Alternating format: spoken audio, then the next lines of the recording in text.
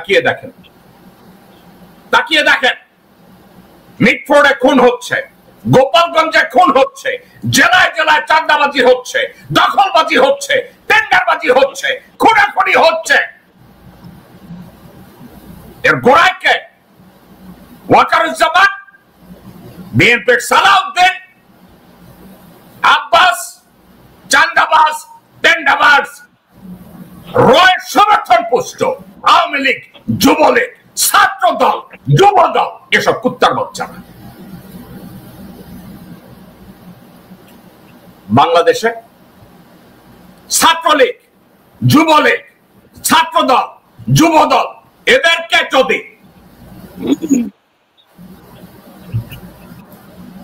তাদের কার্যক্রম যদি 6 মাসের জন্য স্থগিত করা হয়, বাংলাদেশে কোনো খুন হবে না, বাংলাদেশে কোনো চাঁদাবাজি হবে না, বাংলাদেশের কোথাও স্বাধীনতা বিরোধী কোনো কাজ হবে না। যত ষড়যন্ত্র হচ্ছে এর পিছনে এরা, এবং তাদেরকে উস্কানি দিচ্ছে ওয়াকারুজ্জামান। দর্শকবৃন্দ, গোপালগঞ্জে যে ইনসিডেন্ট হয়েছে, অনেকে বলে এর জন্য জাহাঙ্গীরের ব্যর্থতা আছে। জাহাঙ্গীর মানে স্বরাষ্ট্র উপদেষ্টা থাকতেই পারে, কারণ স্বরাষ্ট্র উপদেষ্টা নিয়োগ পেয়েছে ওয়াকারের দ্বারা। ওয়াকার যদি বলে লিভ গোপালগঞ্জ অ্যালোন, জাহাঙ্গীর ওখানে কিছু করতে পারবে না।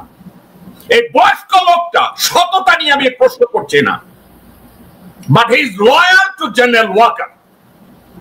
আজ পর্যন্ত ডক্টর মোহাম্মদ ইউনূস অথবা ডক্টর খলিল এই লোকটাকে জব সিকিউরিটি দিতে তারা ব্যর্থ হয়েছে। এই লোকটা সততা দিয়ে চেষ্টা করছে, এই লোকটা সঠিকভাবে চেষ্টা করছে। প্রথমে আমি আপনাদেরকে গেস্টদের সাথে আমি প্রথমে পরিচয় করিয়ে দেই, এবং তারপরে আপনাদেরকে আমি একটা ভিডিও দেখাবো। একজন দর্শক শাহাদাত হোসেন বাবু, আপনার জন্মগ্রহণ হয়েছে বাবা মার বিয়ের আগে। আপনি আমার শোটা থেকে আপনাকে আমি ব্যান করলাম, আপনি আমার এখানে বেরিয়ে যান, আমার এই শোটা আপনার জন্য না।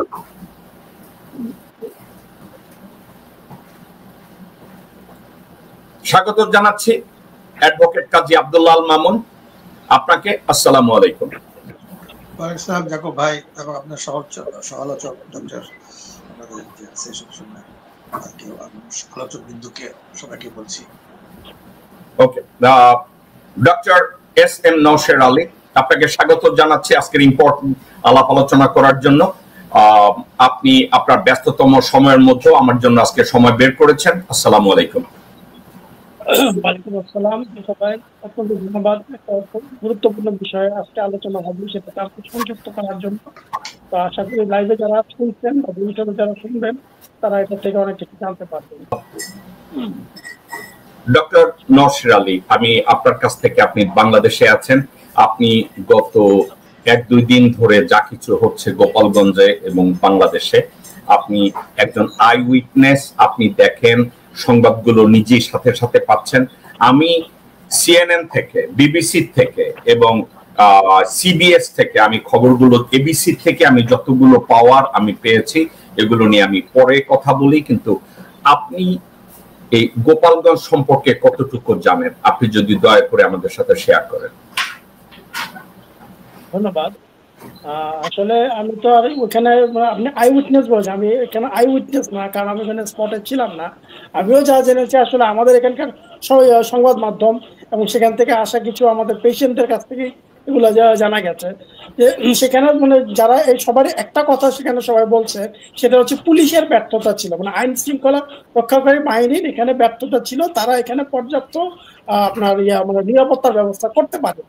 আর একটা সভা বা একটা সমাবেশ যখন আয়োজন করা হয়, তার আগে তো সেখানে আপনার প্রস্তুতি থাকে, এবং সেখানে ডিসির পারমিশন নিতে হয়, এসপির পারমিশন নিতে হয়, এবং এনএসআই থেকেও ক্লিয়ারেন্স নিতে হয় যে এখানে কোনো সিকিউরিটি ইস্যুতে কোনো সমস্যা হবে কিনা। সবগুলো ক্লিয়ারেন্স নেওয়ার পরে কিন্তু সেখানে একটা সভা সমাবেশ আয়োজনের অনুমতি দেওয়া হয়। এখন গোপালগঞ্জে যেটা ঘটেছে সেটা সম্পূর্ণ আইন শৃঙ্খলা পরিস্থিতি সম্পূর্ণ অবনতি ঘটেছে, এবং এখানে পুলিশের নিষ্ক্রিয়তা নিয়ে সবার চোখে আঙ্গুল দিয়ে দেখানোর চেষ্টা করছে। যদিও পরবর্তীতে সেনাবাহিনী নামিয়ে এখন পরিস্থিতিটাকে কন্ট্রোল করা হয়েছে, কিন্তু এটা তো আগেই করা যেত।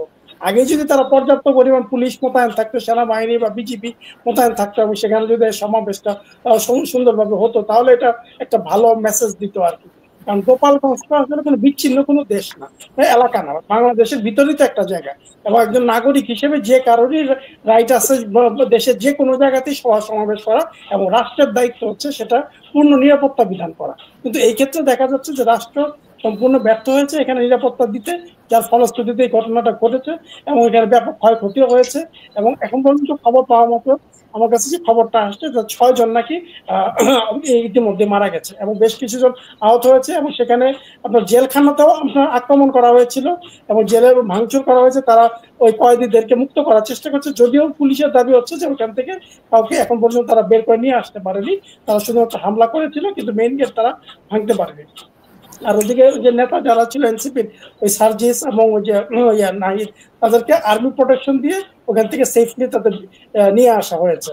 এখন আমার কথা হচ্ছে, তারা যখন একটা সভা সমাবেশ করতে যাবে, সেখান থেকে তো এটা মানে তারা প্রস্তুতি নিয়ে যাওয়া দরকার ছিল, এবং সেখানে তারা এইরকম একটা পরিস্থিতিতে হতে পারে। এটা তো আসলে আওয়ামী লীগের এলাকা বা এই এলাকায় স্বাভাবিকভাবে এখানে একটা নিরাপত্তা ইস্যু থেকে যায়। সে পূর্ণ নিরাপত্তাটা মানে তারা নিশ্চিত না করে, বা আশপাশে এটার একটা মানে খোঁজ খবর না নিয়ে যে কিরকম কি হতে পারে, সেখানে তারা আসলে মানে একটা সভা করতে যাওয়াটাও আমি মনে করি যে একটা মানে বোকার মতো কাজ হয়েছে। তারা ওখানে গিয়ে এরকম একটা পরিস্থিতিতে পড়ে গেছে, এবং সেক্ষেত্রে তাদের জীবন নাশের সংখ্যাও ছিল। যদি আর্মি সময় মতো না যেত, সেক্ষেত্রে তাদের কেউ হয়তো আজকে আমরা দেখতাম যে শিরোনাম হয়ে গেছে যে তারা নিহত হয়ে গেছে, এরকম একটা শিরোনাম হয়তো আমরা দেখতে পারতাম। যাই হোক, উদ্ভূত পরিস্থিতি যেটা হয়েছে সেটা ভালো হয়নি, সারা বিশ্বে একটা বাজে একটা মেসেজ গেছে। আর ইতিমধ্যে যে মিটফোর্ডে যে ঘটনাটা ঘটেছে, এটার কারণেও কিন্তু আমাদের দেশের একটা ইমেজ ক্ষুণ্ণ হয়েছে, এবং সবকিছুর দায় দায়িত্ব কিন্তু আলটিমেটলি সরকারের উপরে যেয়ে পড়ছে, এবং ইউনূস সরকারের উপরে সেটা ব্যর্থতার দায় চলে যাচ্ছে।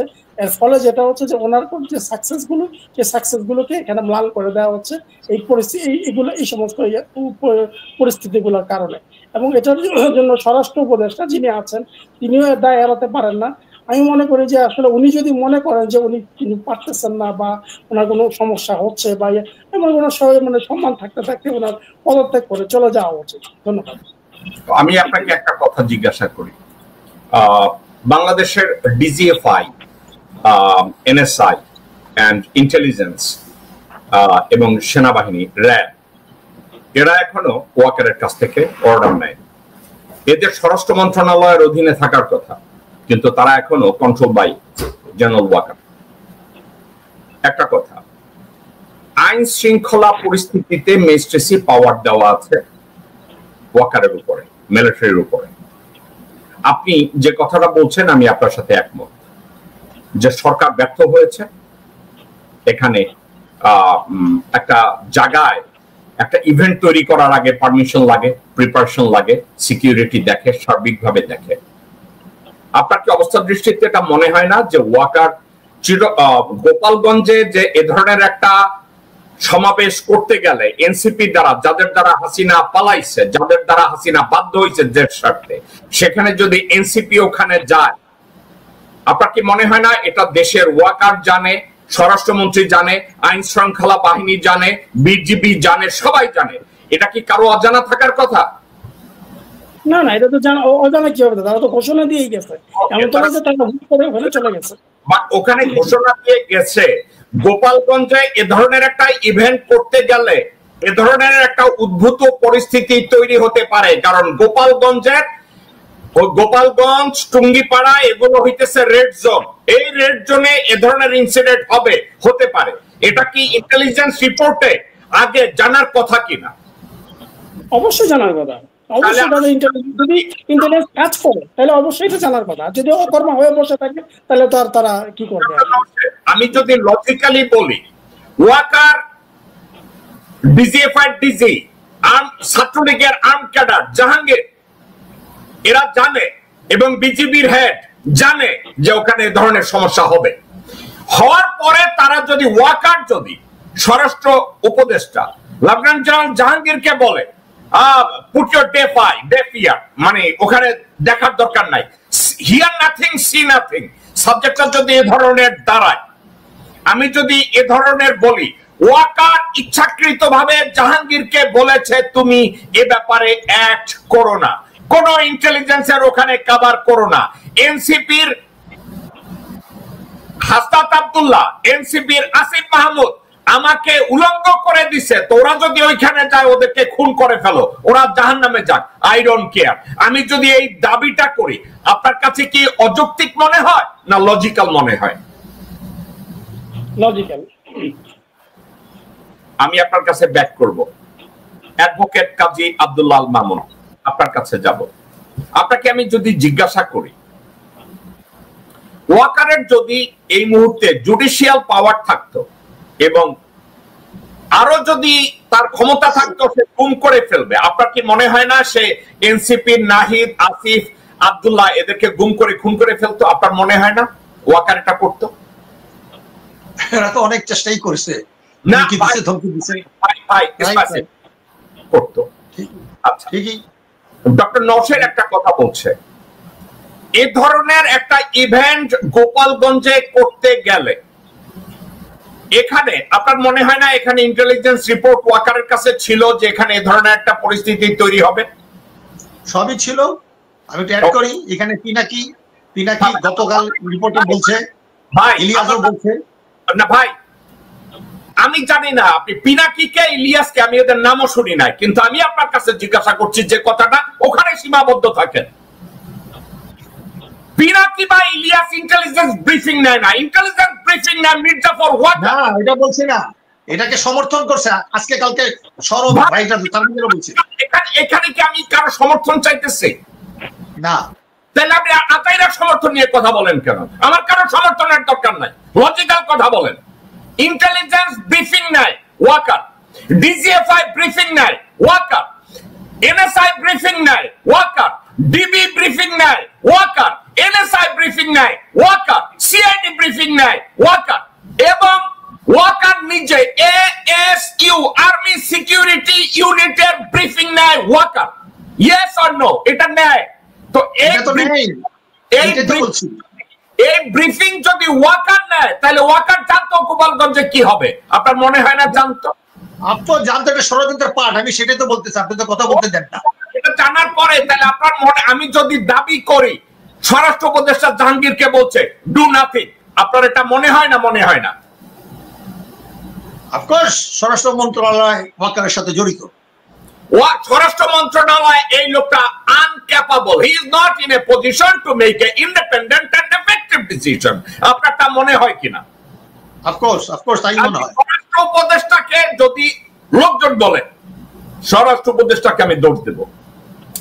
আর আমি যদি স্বরাষ্ট্র উপদেষ্টাকে দোষ দেই, আর স্বরাষ্ট্র উপদেষ্টা এখন সত্য কথাটাও স্বরাষ্ট্র উপদেষ্টা বলতে পারবে না। কেন বলতে পারবে না? একটা কারণে, স্বরাষ্ট্র উপদেষ্টা কি বলবে নাকি ওয়াকার আমাকে নিয়োগ দিয়েছে, ওয়াকার আমাকে বলেছে ব্যাপারে কোনো কাজ না করতে? ও এই কথা বলার ক্ষমতা হেডাপ জেনারেল জাহাঙ্গীরের কি আছে? আরে নাই তো, এটা তো সবাই জানে। এগুলো সব পাতানো, এগুলো রর পাতানো খেলা। এটা সব পিছনে দায়ী দায়িত্ব ওয়াকারকে বহন করতে হবে। আমি বলি র র র পাতানো খেলা। আরে ভাই, র ভারত থেকে জন্ম কইরা মাটি দিয়া ওয়াকার বানায় নাই। এই উত্তর বাচ্চা আমাদের দেশে জন্মানো হয় হারামজাদা বেজন্মা। ওয়াকার এই গোপালগঞ্জের ইনসিডেন্টের জন্য 110% দায়ী। ওয়াকার এ ধরনের একটা ইনসিডেন্ট তৈরি করার জন্য ক্ষেত্র তৈরি করে দিয়েছে। ওয়াকার স্বরাষ্ট্র মন্ত্রণালয়, police, RAB, BGB and intelligence ইউনিটকে বলছে লেট দেম হ্যাভ ইট। আমি যদি এই দাবিটা করি, আমার এই দাবিটা যৌক্তিক কিনা? অ্যাডভোকেট কাজী আব্দুল্লাহ আল মামুন। হ্যাঁ, এটা যৌক্তিক, এটা একমত, শতবার। এটা পিছনে কারণ একটা, কারণ এনসিপির এই ছেলেগুলো ওয়াকারের বিরুদ্ধচারণ করেছে, ওয়াকারের মুখোশ খুলে দিয়েছে। এখন ওয়াকারের যত রাগ এনসিপির এই ছেলেবানদের উপরে, এবং ওয়াকার যদি পারত তাদেরকে খুন করে ফেলতো, ওয়াকার যদি পারত তাদেরকে গুম করে ইন্ডিয়াতে পাঠিয়ে বিএনপি শাওয়ার মতো তাদেরকে র বানাই আবার ব্যাক করাইয়া দিত। এখন এই সাবজেক্টে আমি দেখি না কোনো জায়গায় স্বরাষ্ট্র উপদেষ্টা কোনো মন্তব্য করছে। আপনার চোখে আসছে মামুন ভাই?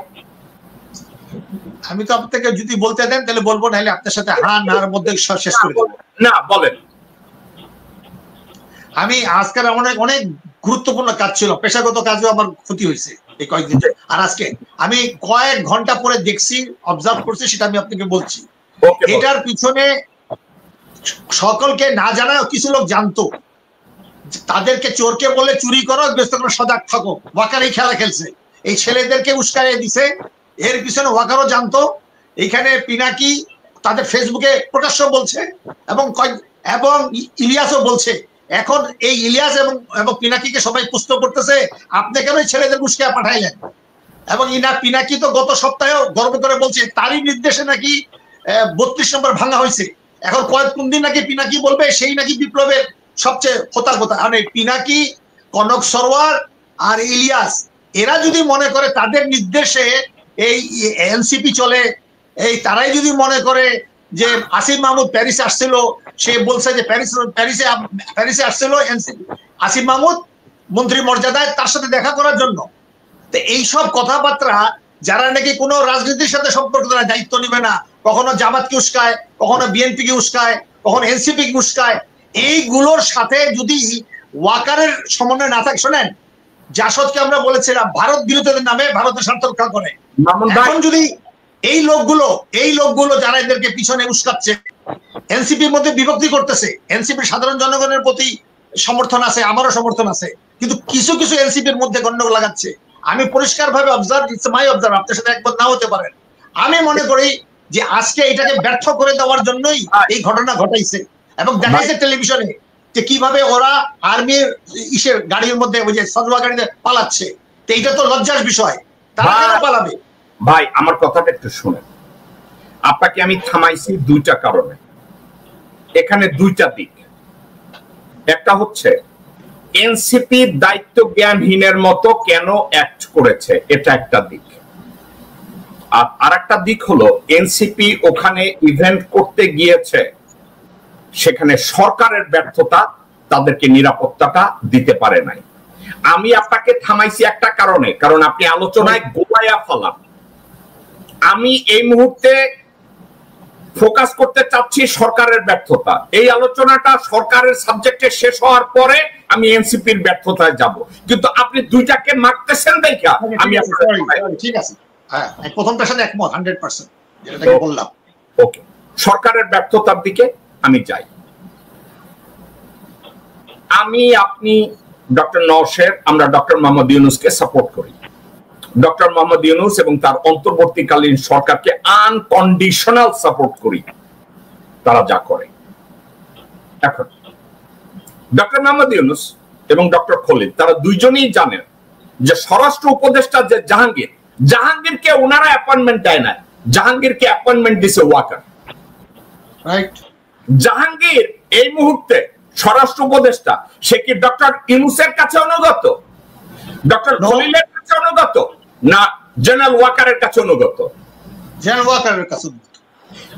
ওয়াকারের কাছে যদি অনুগত হয়, এক্ষেত্রে ডক্টর ইউনূস এবং ডক্টর খলিল জেনারেল জাহাঙ্গীরকে ডেকে তার জব ডিসক্রিপশন, তার লয়ালটি, তার অবস্থান, এগুলো নিয়ে গত 11-12 মাসে এই লোকটাকে তারা কোনো জব ডিসক্রিপশন দিতে পারছে কিনা, না তার জব সিকিউরিটি দিতে পারছে কিনা? পারে নাই একটা কারণে, কারণ দেশের ভিতরে একটা ডুয়াল গভর্নমেন্ট চালাচ্ছে ওয়াকার। এই বেজন্মার বাচ্চা একটা ডুয়াল গভর্নমেন্ট চালিয়ে ভারতের অ্যাগ্রেশনকে বাঁচায় রাখছে এই জেনারেল ওয়াকার। জেনারেল ওয়াকারকে সাপোর্ট দিচ্ছে আওয়ামী লীগের বেজন্মারা, ওয়াকারকে সাপোর্ট দিচ্ছে বিএনপির ভারতপন্থী বেজন্মারা। এক্ষেত্রে আপনি কি আমার সাথে একমত না দ্বিমত পোষণ করেন? কাজী আব্দুল্লাহ আপনার সাথে 100% একমত। এবং এখানে আপনাকে এটা অ্যাড করতে হবে, এই জামাতের এই ডক্টর যে আছে এদের যে ভারপ্রাপ্ত আমির সেও জড়িত। আপনি যদি আমাকে একটু ব্যাখ্যা করেন, গোপালগঞ্জে যে ইনসিডেন্ট হয়েছে এই জামাতের আমির শফি কিভাবে জড়িত, আমাকে যদি একটু ব্যাখ্যা করেন।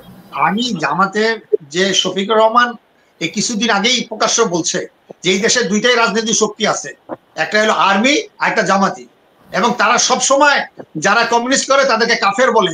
এখন আবার উনি চলে গেছেন চীনে, তো চীনে কি কাফের ফতোয়া নিয়ে আসলেন উনি? আমার প্রশ্ন সেখানে, আমি হাজার হাজার অ্যাডভোকেট কাজী আব্দুল্লাহ আল মামুন আমি সমর্থন করি কর্মীদেরকে, শিবিরের কর্মীদেরকে যাদেরকে মারা হয়েছে, না কিন্তু রাজনৈতিক কারণে ভুল সিদ্ধান্ত নিয়েছে। না ভাই আপনার কাছে আমি প্রশ্ন করছি গোপালগঞ্জ ইনসিডেন্টে ডক্টর শফিক কেমনে জড়িত? না, আমি বলছি ডক্টর শফিক এখানে সরাসরি জড়িত না, আমি বলছি যে ওয়াকারের সাথে, ওয়াকারকে সমর্থন দিচ্ছে তো। ভাই একটু ফোকাস করেন, একটু ফোকাস করেন। ওয়াকার নির্বাচন ডিসেম্বরের মধ্যে হতে হবে, জামাত ওয়াকারকে সাপোর্ট করে না। সংস্কার পরে নির্বাচিত লোকজন এসে করবে, জামাত এটাকে সাপোর্ট করে নাই। জামাত এবং ইসলামী পন্থী দলগুলো এখনো ইউনূসের পিছনে দাঁড়ায় আছে। একটা কথা আপনি মনে রেখেন রে ভাই, আপনি একজন রাজনীতিবিদ, আমার কথাটাকে আপনি চেঞ্জ করেন আমি যদি ভুল বলি। রাজনৈতিক সংলাপে দরজা বন্ধ করতে নাই। রাজনীতি করতে গেলে এটা বলা যাবে না যে আমি তোমার সাথে আর কথা বলবে না, সো বিট, রাস্তা আমার মত অথবা অন্য কোনো মত নাই, এটা বলা যাবে না। আমি ডক্টর শফিকের অনেক কথাকে অপছন্দ করি, জামাতে ইসলামের অনেক কথাকে আমি অপছন্দ করি। তার ভিতরে একটা, ডক্টর শফিক বলছে দেশপ্রেমিক শুধু দুইটা ইনস্টিটিউশন, একটা আর্মি আর একটা জামাত, কিন্তু আপনি কথাটাকে ঠিক মতো বলেন নাই। তার কথাটা ছিল এইটা, বাংলাদেশে নাকি দেশপ্রেমিক ইনস্টিটিউশন দুইটা, একটা আর্মি আর একটা জামাত। আমি এই কথাটাকে বিরোধিতা করি। আমি ওইটাই বলতে চেষ্টা করছি যে দুইটাই আছে, কিন্তু সে বলছে শক্তি, পলিটিক্যাল শক্তি বলছে। ওকে, কিন্তু গোপালগঞ্জ ইস্যুতে ডক্টর শফিকের কোনো ইনভলভমেন্ট নাই, ডক্টর শফিকের কোনো ইনস্টিগেশন নাই, ডক্টর শফিকের কোনো ইনভলভমেন্ট নাই, অথবা তার কোনো ইনফ্লুয়েন্সও নাই। সাপোর্ট জামাত এবং শফিক আউট অফ গোপালগঞ্জ।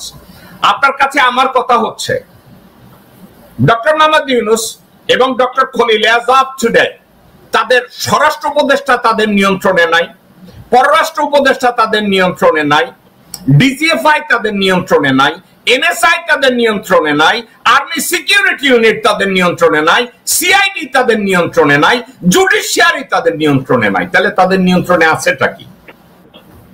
আপনার কাছে আমি জিজ্ঞাসা করছি, একটা সরকারের যদি, একটা সরকার এবং সরকারের প্রধানের যদি এই সাবজেক্ট গুলোর উপরে, এই এলিমেন্টস এর উপরে, এই ইনস্টিটিউশন গুলোর উপরে যদি নিয়ন্ত্রণ না থাকে, তার দ্বারা কি সম্ভব একটা এফেক্টিভ সরকার রান করা? কাজী মামুন, এখন এই প্রশ্ন তো খুব মানে সহজভাবে যদি বলা যায়, আপনি 11 মাসের পরে যদি আপনি ব্যর্থতার দায়িত্ব নিজে নেন কিংবা আরেকজন দেন, কিন্তু মানুষ তো আপনার উপরে আস্থা রাখছে, আমরা আস্থা পোষণ করেছি, তার লিমিটেশন আছে, আমরা সহজে কথা বলছি, আমরা সমালোচনার শিকার হয়েছি, কিন্তু এইটা তো আনলিমিটেড যেতে যাওয়া যায় না।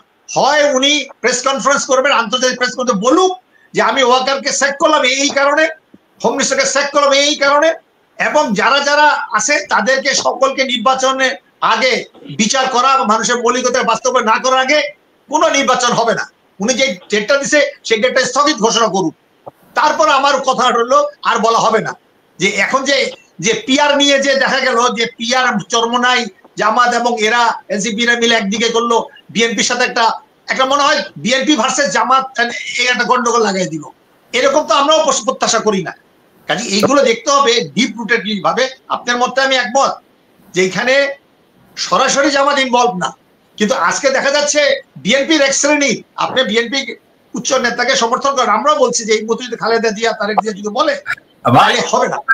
আপনি আপনি আপনি বাক পাক কইরা আর আপনি মাথা চুলকাইয়া আপনি সব গেছে না, ওটা না, থামেন।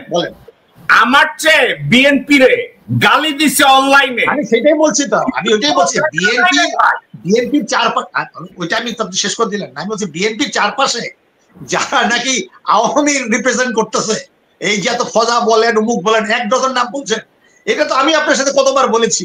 কিন্তু এই দায়িত্বটা বহন করতে হবে তারেক রহমানকে, সে ভারপ্রাপ্ত চেয়ারম্যান, সে কেন এদেরকে ছেড়ে বিদায় করে না? এই দায়িত্ব বহন করবে খালেদা জিয়া এখনো।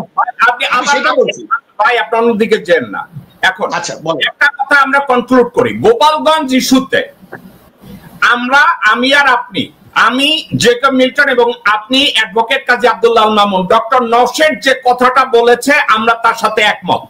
আইন শৃঙ্খলা পরিস্থিতি এবং দেশের আইন শৃঙ্খলা রক্ষাকারী বাহিনী ইনক্লুডিং সেনাবাহিনী, ইনক্লুডিং রয়ের বাচ্চা, শুয়োরের বাচ্চা ওয়াকারুজ্জামান, শুয়োরের বাচ্চা মির্জাফর এই গোপালগঞ্জের এই ইনসিডেন্টের জন্য দায়ী। আপনি আমার সাথে একমত পোষণ করেন নাকি দ্বিমত পোষণ করেন? দ্বিমত করার না, দ্বিমত পোষণ করার সুযোগ নাই, শতভাগ একমত, শতভাগ একমত। আর কি, ওকে, শুধু অন্য অ্যাঙ্গেলের সুযোগ থাকলে বলবো পরে। ওকে, ডক্টর নওশেদ আলী, আপনার কাছে আমি আর অ্যাডভোকেট মামুন আমরা এই গোপালগঞ্জ ইস্যুটাকে দুইটা ভাগ করছি, একটা হচ্ছে সরকারের ব্যর্থতা আর একটা হচ্ছে এনসিপির ব্যর্থতা। আমরা এখনো সরকারের ব্যর্থতার মধ্যে আছি। গোপালগঞ্জে যা কিছু হয়েছে এর জন্য স্বরাষ্ট্র মন্ত্রণালয়েরও ব্যর্থতা না, পুলিশেরও ব্যর্থতা না, রয়ের ব্যর্থতা না, অন্য কারো ব্যর্থতা না। এটা ইচ্ছাকৃতভাবে জেনারেল ওয়াকার ভারতের নির্দেশে, ভারতের প্রত্যক্ষ এবং পরোক্ষ সহায়তায়, হাসিনার কোঅর্ডিনেশনে যুবলীগ, ছাত্রলীগ, যুবদল, ছাত্রদল এদেরকে দিয়ে একত্রে এই অপকর্মটা করাইছে। আপনি এটার উপরে হয় আমার সাথে একমত হতে পারেন, আপনি দ্বিমত পোষণ করতে পারেন। আমি আপনার মতামত চাচ্ছি ডক্টর নওশেদ আলী। না, এটা তো দ্বিমত করার কোনো কিছু নাই, এটা তো ক্লিয়ার কাট, মানে বোঝাই যায় জিনিসটা। কারণ এখন তো আওয়ামী লীগ তো যদি ধরেন একটা নিষিদ্ধ দলের মতো, তাদের তো কোনো সাংগঠনিক কার্যক্রম নাই, তারা এখন হঠাৎ করে এরকম ভায়োলেন্ট কেন হবে? নিশ্চয়ই ব্যাক সাপোর্ট পাইছে কারো কাছ থেকে, কারো কাছ থেকে যদি ব্যাক সাপোর্ট না পায় তাহলে তো তারা এইভাবে হামলা করতে পারেন। তারা যেভাবে হামলা করেছে, আমরা যে ভিডিও ফুটেজ গুলো দেখেছি, তো এই ক্ষেত্রে আসলে দ্বিমত করার কোনো কিছু নাই। মানে আমাদের দেশের, আপনি বাংলাদেশে, আপনি একজন অত্যন্ত ভালো পেশায় নিয়োজিত একজন মানুষ, আপনি একজন সচেতন মানুষ, শিক্ষিত মানুষ। বাংলাদেশের মানুষের এই ফিলিংসটা কি আছে যে বাংলাদেশের আইন শৃঙ্খলা পরিস্থিতির যে অবনতি হচ্ছে, এই টোটাল অবনতির পিছনে লোকজন কি ডক্টর ইউনূসকে দায় দিচ্ছে না জেনারেল ওয়াকারকে দায় দিচ্ছে? ওয়াকার যে পিছনে বসে ঘুটঘুটি চালাচ্ছে রয়ের নির্দেশে এবং ওখানে বসে সব খুন, গুম, বদমাইশি, চাঁদাবাজি প্রত্যেকটা জিনিসকে ওয়াকার ইনস্টিগেট করছে, দেশের মানুষ এটা বুঝে কিনা? মানুষ এখন আসলে সরকারকেই বেশি মানে ইয়া দিচ্ছে, কারণ সরকার তো ফ্রন্ট লাইনে আছে। এখন ওয়াকার সাহেব হয়তো ব্যাক স্টেজে আছে, ব্যাক স্টেজে কি করতেছে না করতেছে তো পাবলিক দেখতেছে না। পাবলিক দেখতেছে সরকার এই আইন শৃঙ্খলাগুলো নিয়ন্ত্রণে ব্যর্থ হচ্ছে, যে কারণে এরকম একটা ইনসিডেন্ট করতেছে এক এক সময় এবং মানুষের জানমালের ক্ষয়ক্ষতি হচ্ছে, এবং এর ফলে মানুষ এখন অনেকটাই বিরক্ত সরকারের উপরে। কিন্তু একটা কথা আপনাকে আমি বলি, আমি ডক্টর মোহাম্মদ ইউনূস এবং ডক্টর খলিল, আমি তাদেরকে সমালোচনা করার আগে আমি শুধু এতটুকু বলবো, ওনারা দুইজন যখন ক্ষমতা দিচ্ছে, ওনাদের সবচেয়ে বড় ব্যর্থতা ওখানে যাওয়ার পরে ডক্টর মোহাম্মদ ইউনূসের একটা কথা প্রেস কনফারেন্সে বলা উচিত ছিল, আমি কারো নিয়োগ করা অ্যাম্বাসেডর বা উপদেষ্টা আমি নেব না, আমি যাদেরকে উপদেষ্টা করব তাদেরকে ব্যাটিং করব। ডক্টর ইউনূস এখানে চরমভাবে ব্যর্থ হয়েছে। আপনি কি আমার সাথে একমত অথবা একমত না? আমি শতভাগ একমত এটার সাথে, এবং এটাই আমার মনের কথা। আপনি যেটা বলছেন আমার কথাই আপনি বলছেন। ডক্টর মামুন, আপনি কি আমার সাথে একমত না দ্বিমত পোষণ করেন? না না, দ্বিমত পোষণ করা কোনো ই নাই, যেটা নাকি ডক্টর নওশেদ যেটা বলছে, উনি প্রেস কনফারেন্সে বলে দেওয়া উচিত ছিল, উনি যখন দায়িত্ব নেবেন পুরো সার্বভৌম হিসাবে উনি দায়িত্ব নেবেন, কোনো ইন্টারফারেন্স উনি টলারেট করবে না। ওনার বলা উচিত ছিল, আমি কোন উপদেষ্টাকে আমি এখানে রাখবো না, সব আমি স্যাক করলাম, আমি উপদেষ্টা নিয়োগ দেব। উনি এই কাজটা না করে উনি ভুল করেছে, ব্যর্থ হয়েছে, এবং এই উপদেষ্টাদের মধ্যে উনি মূল বসিয়ে রেখেছে। মূল শব্দ কি? ষড়যন্ত্রকারীদের বসিয়ে রেখেছে, এবং এসব মূলরা they set Dr. Mohammad Yunus and Dr. Khalil for sure failure. There is no doubt. এবার আসি এনসিপির ব্যর্থতা নিয়ে আমি কথা বলি। এনসিপি জানে গোপালগঞ্জে এই ধরনের একটা ইনসিডেন্ট হবে, এনসিপি খুব ভালো করে জানে। এবং এনসিপি যদি অনলাইন অ্যাক্টিভিস্টদের ভিতরে কারো কাছে মানে অনলাইন অ্যাক্টিভিস্টদের ভিতরে আমি করেছি, আমি বড় মেয়া, আমি বিগ কাহুনা, আমি প্রথম বলেছি, এ ধরনের বেশ্যা হিসাবে পরিচিত পিনাকি এবং ইলিয়াস, এবং আপনি এই নাম দুইটা টানছেন আমি জানি রিলেভেন্ট হইতে, কিন্তু আমি একটা কথা বলি, পিনাকি এবং ইলিয়াস অনেক মহান কাজ করেছে, কিন্তু মহান কাজের পাশাপাশি তারা দুইটা বেশ্যা, প্রচারের জন্য তারা পাগল হয়ে যায় আমি করছি আমি করছি। এখন এই রাজনৈতিক মানে এমন বেশ্যাগিরি করে অনলাইনে যে বেশ্যাগিরির কোনো তুলনা নাই। এক বেটি দেখছেন না বসুন্ধরার পোলার লগে প্রেম কইরা প্যাট বাজাইয়া এখন কয় আমি 7-8টা প্রেম করছি, লয়াল পোলা পছন্দ করি না। পিনাকি হইছে এই ধরনের বেশ্যা, কোনো কথা নাই বার্তা নাই। হ্যাঁ আমি 32 নাম্বার ভাঙ্গা দিছি, চুপ মারা। তুমি ফ্রান্সে বসে বসে বাল ছিড়ছ কথায় কথায়, আমার কৃতিত্ব আমার কৃতিত্ব, চেটার বাল আব্দুল্লাহ ভাই। এনসিপির লোকজন যদি পিনাকির মতো 2 পয়সার বালের লগে দেখা করতে প্যারিসে যায়, এনসিপি বাল চল, এদের পুটকি মারার সময় আছে না? একটা কথা, গোপালগঞ্জে এ ধরনের একটা ইনসিডেন্ট হতে পারে, এটা পিনাকিও যেমন জানে, পিনাকির সাথে আর যারা আছে তারাও জানে গোপালগঞ্জে এই ধরনের একটা ইনসিডেন্ট হবে। নাহিদ জানে, আসিফ জানে, হাসনাত জানে, সবাই জানে ওখানে একটা ইনসিডেন্ট হবে। তারা কি সঠিক প্রিপারেশন নিছে ওখানে যাওয়ার জন্য? তারা যদি সঠিক প্রিপারেশন নেয় তাহলে ট্যাঙ্কের মধ্যে লুকায় কেন?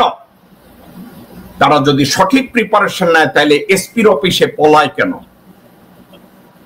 তারা কেন ওখানে তারা খায়? এর অর্থ কি জানেন? তাদের প্রিপারেশন ছিল 0। শুনেন রে ভাই, একটা কথা, আমি পিনাকির বিরোধিতা করি না, আমি ইলিয়াসেরও বিরোধিতা করি না। দেশপ্রেমের জন্য কাজ করো, আলহামদুলিল্লাহ, তোমরা যা করো আমি তোমাদের সাথে আছি।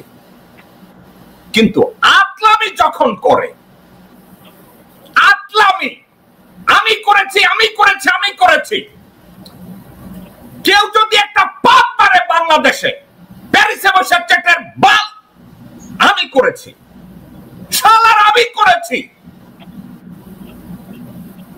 এত আমি করেছি করার ইচ্ছা পিনাকি, তাহলে পিনাকি বলেও যে বাংলাদেশে 279 জন বাচ্চা আমি ভণ্ডামি করে মাইরা আইছি, আমি ওটা করেছি, এরা বলে না কেন? আমি বাচ্চা কয়টারে মাইরা ফটকামি কইরা আমি বর্ডার পালাইয়া ভারতে যাইয়া তারপরে ভাগছি, এইটা কয় না কেন? বাইরে দেশের জন্য কাজ করি, কে আগে করছে আমি তো এটা নিয়ে মাথা ঘামাই না, ঠিক আছে? আমি তো মাথা ঘামাই না, আমি কোথায় কি করছি, আরেকজনে কোথায় কি করছে, আমি অমুক জায়গায় কি করছি, এগুলো করার দরকার নাই। আরেকটা কথা, এত সহজ ওইখানে বৈশা এনসিপির পোলাপান কইব যাও গোপালগঞ্জে যাও, কোনো একটা মানে আমাকে যদি কেউ জিজ্ঞাসা করে ভাই আমি এনসিপির ছেলেপানদেরকে আমি বলবো গোপালগঞ্জে যাও, ওখানকার জন্য যে প্ল্যান লাগবে, এক্সিকিউশন লাগবে, এবং এই প্ল্যানটা এক্সিকিউট করা সম্ভব কিনা, সেফটি ওয়েতে তারা যাবে, সেফলি তারা ব্যাক করবে, এ ধরনের একটা অপারেশনাল স্ক্রিপ্ট তৈরি করার যোগ্যতা পিনাকির নাই। এই অপারেশনাল স্ক্রিপ্ট তৈরি করার মতো যোগ্যতা অনলাইন অ্যাক্টিভিস্টদের ভিতরে অনেকের নাই। এখন নাহিদ, হাসনাত, আসিফ এরা যদি পিনাকি সাজেশনে গোপালগঞ্জে যায় আর যদি মাই খাইয়া পলায়, তাহলে তো পিনাকির যে ছোট বাচ্চা কাচ্চাদের রোগ সারানো, কালাজ্বর সারানোর জন্য মেডিসিন তৈরি করছে, ওইখানে তো এক্সপেরিমেন্ট করতে চায় 279 জনরে খাইয়া দিছে। তো ওই 279 জনরে খাওয়ার পরে পিনাকি উঠে কইছে আই এম সরি। এখন এই হাসনাত আব্দুল্লাহ আর এই নাহিদ আসিফ ওরাও এখানে যাওয়ার পরে যদি ওরাও এখানে বাস খায়, পিনাকি কইবা আই এম সরি, আমি একটু এক্সপেরিমেন্ট করছিলাম যে আমি জেনারেল হইছি কিনা। পিনাকির তো সিপাহী হওয়ার যোগ্যতা নাই, তো আমি কইবো আমি একটু জেনারেল হওয়ার চেষ্টা করছিলাম। যেমন ওই বাচ্চা কাচ্চাদের ঔষধ তৈরি করার ক্ষেত্রে পরে কইছে আমি তো মনে করছিলাম আমি বৈজ্ঞানিক হয়ে গেছি, কিন্তু পরে দেখছি আমি চেটের বাল। ওকে, এখন এনসিপি ওখানে যাওয়ার আগে মামুন ভাই একটা কথা আপনাকে আমি জিজ্ঞাসা করি, যে কোনো মিলিটারি অপারেশনে, যে কোনো অপারেশনে, এই ধরনের অপারেশনে বা কোনো ইভেন্টের ক্ষেত্রে দুইটা স্ট্র্যাটেজি থাকে। দুইটা না, আমি ভুল, তিনটা স্ট্র্যাটেজি থাকে। একটা হইছে এন্টার স্ট্র্যাটেজি, কিভাবে আমি ওখানে ঢুকবো। তারপরে থাকে execute the operation, what is my target and how am I gonna achieve. আর থার্ড স্ট্র্যাটেজি হইছে এক্সিট স্ট্র্যাটেজি। তিনটা স্ট্র্যাটেজির সাথে একটা যদি আরেকটা কোঅর্ডিনেশন করতে ব্যর্থ হয়, এন্টার অপারেশন ব্যর্থ হবে। এন্টার স্ট্র্যাটেজি, আপনি কোন একটা জায়গায় যাইয়া বা এনসিপির লোকজনরা গাড়ি লইয়া ইসে ঢুকলো, গোপালগঞ্জে ঢুকলো। গোপালগঞ্জে ঢোকার পরে তোমাদের আলটিমেট টার্গেট কি ছিল, ওইটা এক্সিকিউট করার জন্য তোমার প্রপার লজিস্টিক এবং রিসোর্স ওখানে প্রেজেন্ট ছিল কিনা, এটাকে আগে রক্ষা করতে হবে, এটাকে আগে দেখতে হবে। এটা কি এনসিপির ছিল? নাম্বার 3, যখন দেখছে এন্টার হইছে, যখন দেখছে আমাদের লজিস্টিক এবং রিসোর্স নাই, তখন কুইক এক্সিট স্ট্র্যাটেজি, ওইটা কি তাদের ছিল? তাহলে তিনটা ছাড়া তারা ওই গোপালগঞ্জে গোয়ামারা দিতে কেন গেছে? মানে আমি যা বলছি মামুন ভাই, আমি চাই আপনি আমার সমালোচনা করেন। আমার এই কথাগুলোর মধ্যে যদি একটা ভুল থাকে, এবার আপনার রাস্তা বলেন আপনি। আমার এই কথা, আমি যা বললাম, একটা অপারেশনে যাওয়ার আগে এই তিনটা জিনিস লাগে। আপনি যেটা বলছেন এটা তো একটা মিলিটারি এবং যে কোনো যুক্তি লোকই অ্যাকসেপ্ট করবে, ইটস ভেরি ফাইন। শুধু আমি একটু অ্যাড করি, মাসুদুম বলছিল যে আমরা একেবারে সম্পূর্ণ নিশ্চিত না হয় কোনো যুদ্ধে যাই না, এবং শত্রুরা যখন বিশ্রাম করে। একটু থামেন। একজনের লেখছে আল মেহরান মিরাজ, আপনি জেকব কিমাল ইলিয়াস ভাই অনেক আগে এক্সপোজ করে দিছে, আর এই বিহারি ইলিয়াস রে আমারে এক্সপোজ করার জন্য 4 বার আজতে ঢুকাইয়া কাল্লা দিয়া পুটকি মারায়া বাইক করে নিয়ে আইছে। তোমারও কি গোয়ামারা খাওয়ার ইচ্ছা আছে? আছে? আল মেহরান মিরাজ, তোমারও কি গোয়ামারা খাওয়ার ইচ্ছা আছে? তোমার ইলিয়াস ভাই 4 বার গোয়ামারা খাওয়াই আনছি আমি।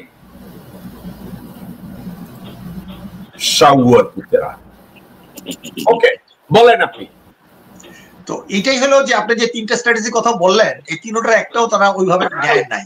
এখন না নেওয়ার কারণে এইটার মানে এই নয় যে সবাই যারা তার পিছনে আছে, এই ওয়াকার গংরা, তারাও জানতো যে একটা বিপদে পড়ুক, বিপদে পড়ে এই একটা ঘোলাটে করার সৃষ্টি করে, যার সম্পূর্ণ দায়ী দায়িত্ব আজকে ওয়াকারে নিতে হবে। হ্যাঁ, তো ওয়াকার চিন্তা করতেছে যে এটা যদি একটা সিভিল ওয়ারের মতো লাগাই দেওয়া যায়, তাহলে বোধহয় সে মার্শাল ঘোষণা করে দেয়, এই তো সব ব্যর্থ। তো কাজে কোনো ষড়যন্ত্রকেই আমরা সফল হতে দেব না। এবং এটাও সত্য কথা যে এই যে এনসিপি একটা এখনো ব্যাপক সমর্থন আছে, তাদের অভিজ্ঞতা কম, তাদেরকে আমরা বেনিফিট অফ ডাউট দিতে চাই। পাশাপাশি এটাও বলতে চাই তাদের ভিতরে যে কিছু দুর্নীতিবাজদের ঢুকে গেছে, যার কারণে সমস্ত এনসিপি কর্মীরা যাতে এই দায়ী দায়িত্ব না বহন করে, তাদেরকে ব্যাপারেও তারা ভিতর থেকে যেন সাফাই করুক। যেমন আপনি বলেন যে বিএনপির ভিতরে ঢুকে গেছে গা, বিএনপি এত পপুলার থাকা সত্ত্বেও, খালেদা জিয়ার পপুলার থাকা সত্ত্বেও কেন পাচ্ছে না? ভাই, বিএনপি is controlled by র, there is no doubt, there is no question about it, এবং র কন্ট্রোলের সামনে তারেক জিয়া এবং খালেদা জিয়া পুরোপুরি অসহায়। এক্স্যাক্টলি আপনি ঠিকই বলছেন। কিন্তু শুধু এনসিপির সমালোচনা বলতে আমি এটাই বলবো যে আজকে যদি 1500 কোটি টাকা দিয়ে যে বসুন্ধরা থেকে নিছে, আরো বহু গ্রুপ থেকে নিছে, এইটা জনগণ খুব ভালো চোখে দেখছে না। এটা কিংস পার্টি চাঁদাবাজির মতো এসে গেছে, এইগুলো হানি ট্র্যাপ দুর্নীতি ট্র্যাপের মতো করতেছে। আমি একটা কথা ঠান্ডা মাথায়, আমরা এই সাবজেক্টে কথা বলে আমি সাবজেক্টটা শেষ করবো। আমরা অলরেডি 47 মিনিট কথা বলছি, আর 13 মিনিটে আমাদের শো আজকে শেষ করব। এনসিপি বাচ্চা পোলাপান হোক, যা কিছু হোক, তাদের একটা গাইডেন্স আছে, তাদেরকে বিভিন্নভাবে গাইড করা হয়, তারা নিজেরা বুদ্ধিমান, তারা স্মার্ট, তারা আমার আপনার চেয়ে কম বুঝে না। কিন্তু কোনো একটা জায়গায় এ ধরনের একটা ইভেন্ট করতে গেলে, গোপালগঞ্জে, যেখানে জানে যে গোপালগঞ্জে হচ্ছে হাসিনার নিজের কনস্টিটিউয়েন্সি, ওখানে গেলে একটা ঝামেলা হবে, গোপালগঞ্জের লোকজনরা রুইখা দাঁড়াবে এবং হাসিনার পতনের জন্য তারা পুরোপুরি ভাবে এনসিপি কে দায়ী করে, তাহলে এনসিপি যদি ওখানে ঢুকে, এনসিপির এই 3টা সাবজেক্টে তাদেরকে পুরোপুরি তৈরি থাকার কথা ছিল। Enter strategy, plan strategy and exit strategy. আমি মনে করি না এনসিপির এই 3টা স্ট্র্যাটেজি ওখানে ছিল, নাম্বার 1।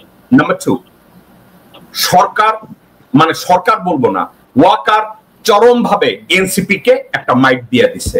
ওয়াকার চাচ্ছিল নাহিদকে, আসিফকে, হাসনাতকে গুম করে দিতে, কিন্তু জনগণের সামনে, দেশের সামনে তাদের কান আর নাক কাইটা দিছে গোপালগঞ্জে। এখন এটার থেকে যদি নাহিদ, এটার থেকে যদি হাসনাত, এটার থেকে যদি আসিফ একটা শিক্ষা গ্রহণ করে, আমি কি বুঝাতে পারছি আপনাকে? রাইট রাইট রাইট, এটা থেকে শিক্ষা নিতে পারে, ভুল থেকে শিক্ষা নিতেই পারে, এটা থেকে শিখতে পারে। আর আরো একটা কথা আপনাদেরকে আমি বলি, অনলাইন অ্যাক্টিভিস্টদের ভিতরে আপনি পিনাকি এবং ইলিয়াসের কথাটা আজকের আপনি টেনেছেন। পিনাকি এবং ইলিয়াস অনেক ভালো কাজ করেছে, দেশের হাসিনাকে তাড়ানোর উপলক্ষে অনেক ভালো কাজ করছে, কিন্তু আমার দৃষ্টিতে দে জাস্ট বিকাম ককি। ককি বুঝেন তো? আজাইরা কথা কয়, ফালতু কথা কয়, কোন সাবজেক্ট নিয়ে কথা বলার আর কিছু নাই, তখনও বাল পেটালা বেডিং মতো ব্যাক করে। মানে আমি বুঝি না, আমি ইদানিং আমার অনলাইনের ম্যানেজার প্রশান্ত পিনাকির কিছু 2-4টা ভিডিও বানিয়েছে, আমার বলছে যে এই ভদ্রলোকের কি খাইলে আর কোনো কাম নাই। এখন যদি বলে যে কোন ব্যাডার বাংলাদেশের স্বপ্নদোষ হয়েছে, পিনাকি ওইটা নয়, স্বপ্নদোষ ক্লিয়ার কথা কয়। আরে ভাই, বাংলাদেশে বহু এলিমেন্টস আছে, এগুলো নিয়ে কি আমার কথা বলার দরকার আছে? তাতে কি হয় জানেন, আমি যদি প্রত্যেকটা সাবজেক্টে আমি এত পণ্ডিতি করতে যাই, আলটিমেটলি কি হবে জানেন, আমি আমার মেইন ফোকাস গভর্নিং এর উপরে, পলিটিক্যাল থিওরির উপরে, ভিশনের উপরে আমার ফোকাস কমে যাবে। এত আর একটা কথা বলি রে ভাই, আমি করছি শুনেন, মানে এটা অত্যন্ত বিরক্তিকর। কেন বিরক্তিকর আমি আপনাকে বলি, কেন বিরক্তিকর। আমরা সবাই মিলা ভারতীয় প্রোডাক্ট বয়কট ডাক দিলাম। জিয়া রহমান 79 সালে এই ডাক দিছে, ভারতীয় পণ্য বয়কট করো। আমি প্রথম আইটিভিতে কথাবার্তা শুরু করলাম, আমার যতদূর মনে পড়ে 93 না 94 সালে, তখন পিনাকির বাল গজাইছে কিনা আমি জানিও না। বালেশ্বর বাল তখন তারা কোন জায়গায় বসা দেশ উদ্ধার করে আমার ধারণা নাই। তখন আমি আইটিভিতে যখন শো করি, আইটিভির মালিক আমার উপরে রাগ হয়ে গেল, আমি যখন কইছি বয়কট ইন্ডিয়ান প্রোডাক্টস। আচ্ছা, কইতেছি সেই হাসিনা শাসন আমলে কবে পিনাকি কইছে ইন্ডিয়ান পণ্য বয়কট করো? আমি পিনাকির এই বয়কটকে সমর্থন করছি। কেন? যে বলবে ইন্ডিয়ান পণ্য বয়কট করো, আমি তার লগে সমর্থন করছি। ও মা, 2 দিন পরে শুনে কি পিনাকি নাকি এই বয়কটের ডাক দিচ্ছে। আরে বাল চেটের বাল, তুমি আবার বয়কটের ডাক কবে দিলা? তুমি জন্ম হইলা শাওনে ফাগুনে 8 দিন, এর মধ্যে তুমি বয়কটের ডাক দিয়া ফেলালা, তুমি চেটের বাল আব্দুল্লাহ। আমি বুঝলাম না। এখন কথাটা হইতেছে এত কৃতিত্ব নেওয়ার প্রতিযোগিতা কেন? আরে ভাই, আপনি একটা কাজ করছেন, আপনারা আমি রিকগনাইজ করি, আপনি একটা ভালো কাজ করছেন, আপনি তুখোড় একটা জায়গায় আন্দোলনের জন্য সহায়ক ভূমিকা পালন করছেন, আই সাপোর্ট ইউ। কিন্তু আমি করছি, আমি সবার আগে করছি, আমি বাল ছিড়ছি, আমি দেশে আসা চলে আসা আমি বাল ছিড়বো। একদিকে কয় আমি দেশে এসে বাল ছিড়বো, আর একদিকে কয় আমি তো দেশে যাইতে পারবো না। আরে ভাই, এক মুখে কয় কথা থাকো, একদিকে থাকো। হবে পিনাকি এবং পিনাকির প্রেসক্রিপশনে কেউ যেন কোনো ঔষধ খায় না, কারণ পিনাকির প্রেসক্রিপশন ভালো না। কেন ভালো না? পিনাকি প্রেসক্রিপশন দিছে এই ঔষধ খাইলে বাচ্চারা সুস্থ হইব। ওই প্রেসক্রিপশনে 297 জন না 300 জন গেছে, বক্কাটা জয় বাংলা হয়ে গেছে। পিনাকির কথা দিয়ে কইলাম, পিনাকির প্রেসক্রিপশনে জয় বাংলা হয়, বাচ্চারা জয় বাংলা হইছে। তারপরে নিজেরা বাংলাদেশ থেকে জয় বাংলা বানাইয়া বাংলাদেশ দিয়ে ভাগছে। এখন এনসিপির পোলাপানকে কইছে তোমরা যাও গোপালগঞ্জে যাও, আমরা 32 নম্বর ভাঙ্গা দিছি, এখন আমরা ওইখানে যাই এটা করব। ঠিক আছে, গেছে, কোনো প্রিপারেশন নাই, কোনো এক্সিট স্ট্র্যাটেজি নাই, এন্টার স্ট্র্যাটেজি নাই, ওখানে কোনো কিছু নাই। ওখানে ধাক্কায় তুমি পাঠাই দিছো, কারণ ওইখানে মায়ের খাইলে তো মায়ের খাইবো হাসনাত, ওখানে মায়ের খাইবো আসিফ মাহমুদ, মায়ের খাইবো নাহিদ। তারপর তুমি 2 দিন পরে বলবা থুক্ক আমি একটা মেডিসিন লিখে দিছিলাম, আমি তো মনে করছিলাম মেডিসিনে মানুষ সুস্থ হইব, কিন্তু পরে তো দেখছি হয় নাই। ভাইরে একটা কথা আপনি মনে রাখেন, আপনারা আমি একটা কথা কই, আপনাদের দুইজনেরই বলি। 2022-এ না 21-এ মানিকগঞ্জে আমি কি করছি, একটা সেমিনার করছি। সেমিনারে বলছি গত 100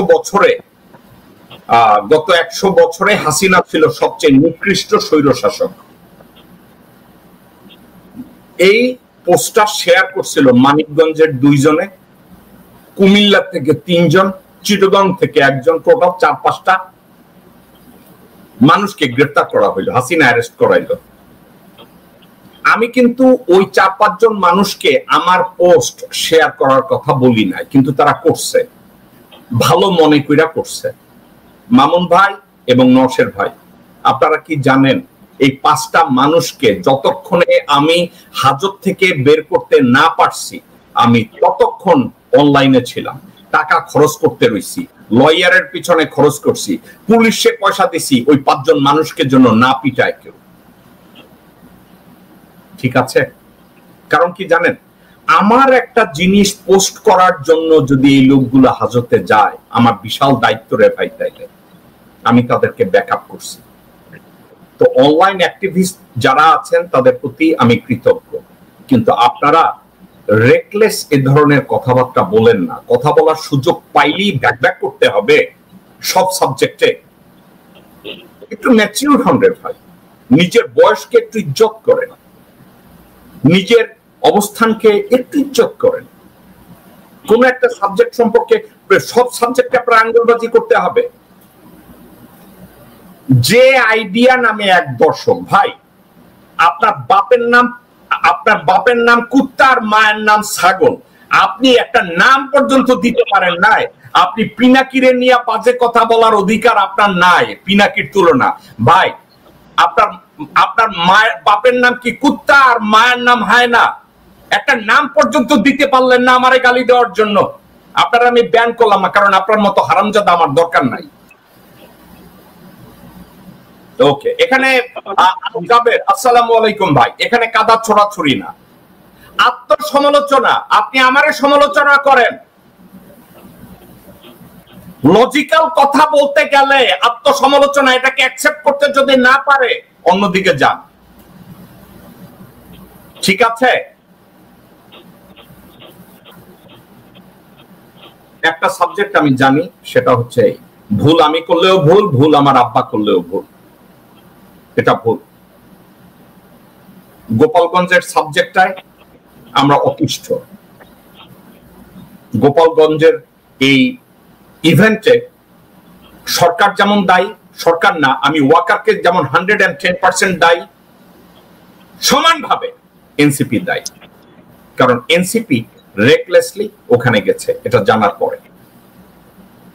ঠিক আছে, ওখানে তারা গিয়ে বুদ্ধিমানের পরিচয় দেয় নাই। আর আরেকটা কথা, আমি সর্বশেষ অ্যাডভোকেট মামুন আপনার কাছে একটা কোশ্চেনটা আমি করব। আমার ন্যারেটিভটা সম্পর্কে আপনার মন্তব্য চাবো এবং তারপরে আমরা অনুষ্ঠানটা শেষ করব। ন্যারেটিভটা ছিল বাংলাদেশ এখন 2 ভাগে বিভক্ত। এক, ডক্টর মোহাম্মদ ইউনূস ও দেশপ্রেমিক জনগণ বনাম means versus Bharat, general Waker, Awami League এবং ভারত ইনফ্লুয়েন্সড বিএনপি। এই ন্যারেটিভটার উপরে আমি আপনার মন্তব্য জানতে চাচ্ছি যে বাংলাদেশে এখন দুইটা সরকার অবস্থান করছে এই দুই ভাবে, এটা সত্যি কিনা, আপনার কাছে তা মনে হয় কিনা? আমি তো যেটা বললেন এটা তো ঠিকই আছে, যেখানে দুইটা ভাগে বিভক্ত হয়েছে।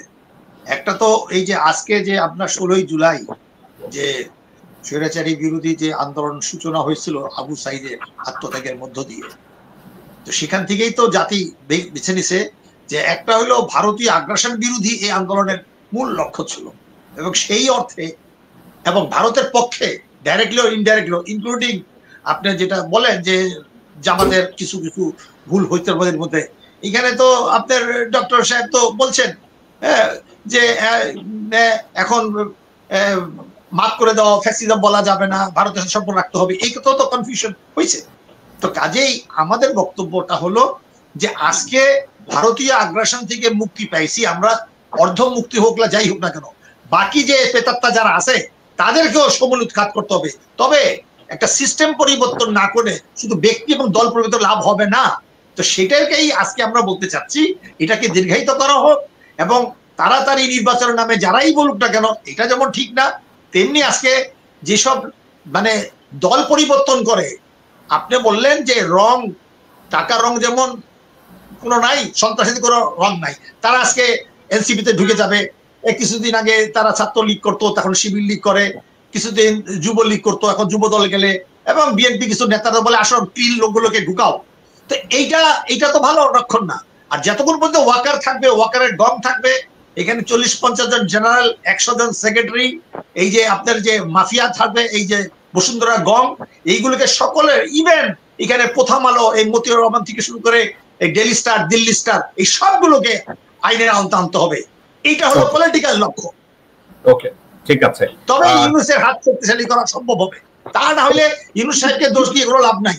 এখন সব দোষ ইউনূস সাহেবের, কিন্তু কেউ এইসব, এরা কিন্তু কেউ বলতেছে না। এখন যারা আছে বিএনপিও বলেন, যারাই তারা কিন্তু, ইভেন জামাতের লোকরা কিন্তু আজকে ওয়াকারকে আঙ্গুল করে বলছে, রাজীব ভাগ আপনি বলেন, হ্যাঁ আপনার তো জামাতে কিছুটা সিম্প্যাথি আছে, আপনিও বলেন। আমি মনে করি ভাই সিম্প্যাথি তো আপনার একটা দল আছে, ওইটার প্রতিও তো আমার সিম্প্যাথি আছে, এইটা তো একবারও কর না। আপনার প্রতি আমার সিম্প্যাথি না থাকলে আমি বলছি যে আপনি যেভাবে প্র্যাগম্যাটিকের যে ভুল করে একের পর এক, আপনি বলছেন না, আমি তো জামাতের হাজার হাজার কর্মীকে পাখির মতো মারছে বলে সবসময় সমালোচনা আমি করছি। এই বিচারের নামে যেসব নেতাদেরকে ঝুলাইছে এটারও বিরোধিতা করছি, কিন্তু রাজনৈতিক মতাদর্শগত ভাবে আমি দ্বিমত পোষণ করি, স্ট্র্যাটেজিগত ভাবে দ্বিমত পোষণ করি। আমি সেই অর্থে বলছি, কোনো ব্যক্তি ঘৃণা নয়। আমারও সমালোচনা করেন, আপনি তো অনেক সমালোচনা করেন, আমি অ্যাকসেপ্ট করি। তারা জানতো, এই কারণে আমি বলছি এই যে ইগনোরেন্স ইজ নো এক্সকিউজ। এত বড় ঘটনা ঘটলো, যদি তারা মারা যেত, একটা সিভিল মারা দিয়ে দিত, তখনই ওয়াকার এই তো মার্শাল্লাহ ঘোষণা করে দিতাম। এই চক্রান্তটাকে আমি যেভাবে বুঝেছি, আমি জানি না দর্শক শ্রোতা মন্ডলী আমাকে সেভাবে গ্রহণ করতেছেন কিনা, আমাকে বলবেন যে আমি কেন দেশে যাই না। আরে বাবা, এই যে এই জ্যাকব মিল্টনের সাথে থাকতে অন্তপক্ষে এত বেশি, আমি ক্ষুদ্র রাজনৈতিক দলের একটা কর্মী হিসাবেই বলছি, মুক্তিযুদ্ধ ছিলাম, আমি কি যেতে পারবো? আমি তো যেতে পারতেছি না গত 4-5 বছর যাবত। 2002 থেকে কতবার যাওয়া আসা করছি, কিন্তু আজকে আমার আত্মীয় স্বজন, বন্ধু বান্ধব, পলিটিক্যাল যত আমাদের ফ্রন্ট আছে, আমাদের একটা ফ্রন্ট আছে 4টা সংগঠনের সমাজতান্ত্রিক ফ্রন্ট, গফুর ভাইয়ের সাথে কালকে কথা হয়েছে, আমাদের একটা ছোট হইলেও আমাদের আছে, ছোট মানে সাংগঠনিক ছোট। কাজে আজকের আলোচনা যে সারসংক্ষেপ এক কথা, যে আমরা এগিয়ে যাব, ইউনুস হাতকে শক্তিশালী করব, ভারতীয় আগ্রাসন বিরোধী আন্দোলন চলছে, চলবে ইনশাআল্লাহ। বিজয় আমাদের অবশ্যম্ভাবী, বিজয় আমাদের অবশ্যম্ভাবী, পরাজয় পথ অবরুদ্ধ। ধন্যবাদ। অ্যাডভোকেট কাজী আব্দুল্লাহ আল মামুন এবং ডক্টর এস.এম. নওশের আলী, আপনাদের দুজনের প্রতি আমি কৃতজ্ঞ। আপনারা ব্যস্ততম সময়ের মধ্যেও আপনারা দেশের স্বার্থে আমার সাথে বসে কথা বলেছেন। ইনশাল্লাহ আপনাদের এই গঠনমূলক আলোচনা আমি এনজয় করি, আমার মনে হয় আমার দর্শকরাও এনজয় করে। আপনাদের এই আলোচনা ভবিষ্যতে আবার অন্য কোনো বিষয়ের উপরে আমরা করব। আর আগামী কালকের আপনার শো আছে, কালকের বৃহস্পতিবার বাংলাদেশ সময় রাতে 11টার সময় আমরা এই বিকল্প আছে। তো ইনশাল্লাহ দর্শক বৃন্দ, আপনাদেরকে আগামী কালকে ডক্টর অ্যাডভোকেট মামুনের শো দেখার আমন্ত্রণ জানাচ্ছি। আর নওশের ভাই, অনেক মেহেরবানি ভাই, আজকের বাংলাদেশের সাবজেক্ট আপনি যতটুকু জানেন, এবং আপনার মামুন ভাই আমি জানি না আপনি রেকগনাইজ করেন কিনা, নওশাদ ভাই কিন্তু খুব ছোট্ট পরিসরে একটা বিশাল একটা বিষয়কে উপস্থাপন করে। আমার কাছে বেশ মজাই লাগে তার কথাবার্তা।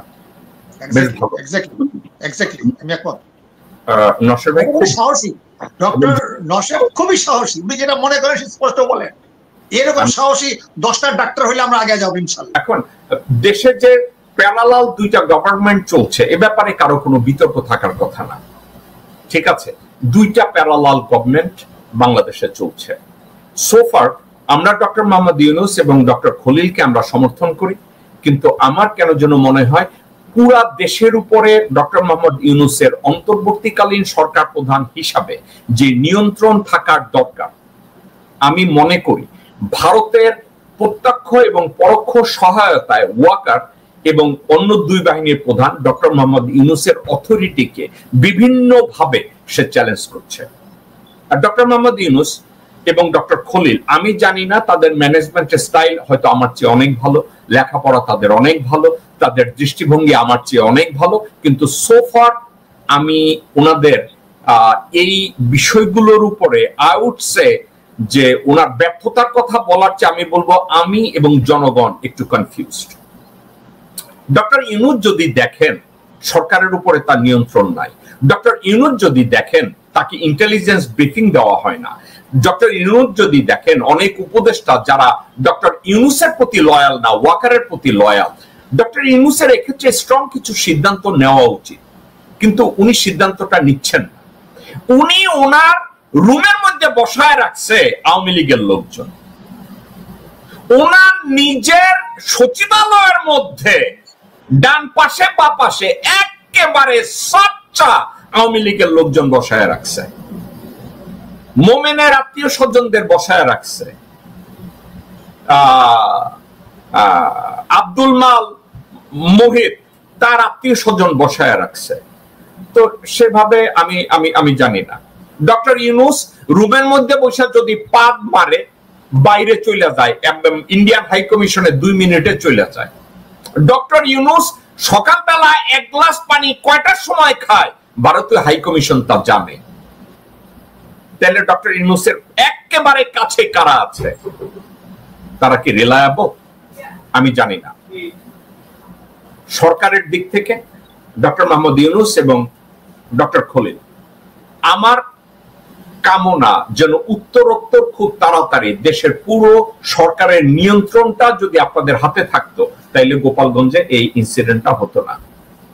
ডক্টর মোহাম্মদ ইউনূস আপনাকে এবং ডক্টর খলিলকে এই গোপালগঞ্জের ইনসিডেন্টের দায়িত্ব নিতে হবে স্রেফ একটা কারণে, কারণ আপনারা সঠিক ভাবে অ্যাক্ট করছেন না, এবং কেন এ ধরনের ইনসিডেন্ট হলো এ ব্যাপারে খোলাসা করে আপনাদের অপারগতার কথাটাও আপনারা বলেন না। যদি ওয়াকার একটা অল্টারনেট গভর্নমেন্ট রান করে থাকে আপনার অথরিটিকে চ্যালেঞ্জ করে, এই সাবজেক্টটা নিয়ে আপনার কথা বলা উচিত।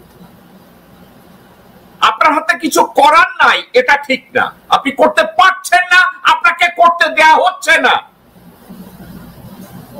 আমি জানি না, আপনাদের উচিত ডক্টর মোহাম্মদ ইউনূস এবং ডক্টর খলিল, আপনাদের উচিত সব সাহস নিয়ে দেশের 75-80% জনগোষ্ঠীর সমর্থন থাকা সত্ত্বেও আপনারা ওয়াকারকে এবং চুপ্পুকে ওখানে বসিয়ে রেখে ধ্বংসযজ্ঞ উপভোগ করছেন।